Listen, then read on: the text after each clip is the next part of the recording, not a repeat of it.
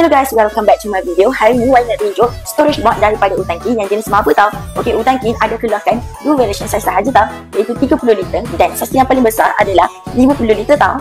Yang dekat depan ni untuk bahagian atas ni adalah untuk saiz 30 liter tau. Kalau korang nak tahu, dia punya panjang adalah 38 cm, dia punya kelebaran adalah 28 cm dan dia punya tinggi adalah 24 cm sahaja tau.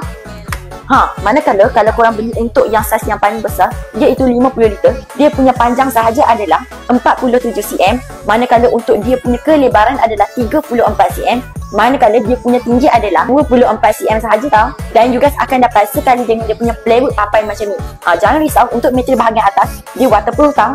Dan yang paling best untuk kita orang punya storage box, dia mempunyai pintu di bahagian depan. Dan jangan risau, dia ada pintu juga di bahagian belakang tau. So, ni adalah untuk saiz 30 liter dan 50 liter untuk design bahagian depan tau. Jangan risau, untuk logo Utankin pun ada tau untuk 30 liter dan 50 liter tau. Untuk saiz 30 liter, dia boleh support berat sehingga 15 kg sahaja. Manakala untuk 50 liter, dia boleh support sehingga 25 kg sahaja tau. Dan lagi satu, dia punya material adalah PDP plastik dan wooden tau. So, yang mana berminat, you guys boleh dapatkan sekarang dekat beg kuning tau. Bye!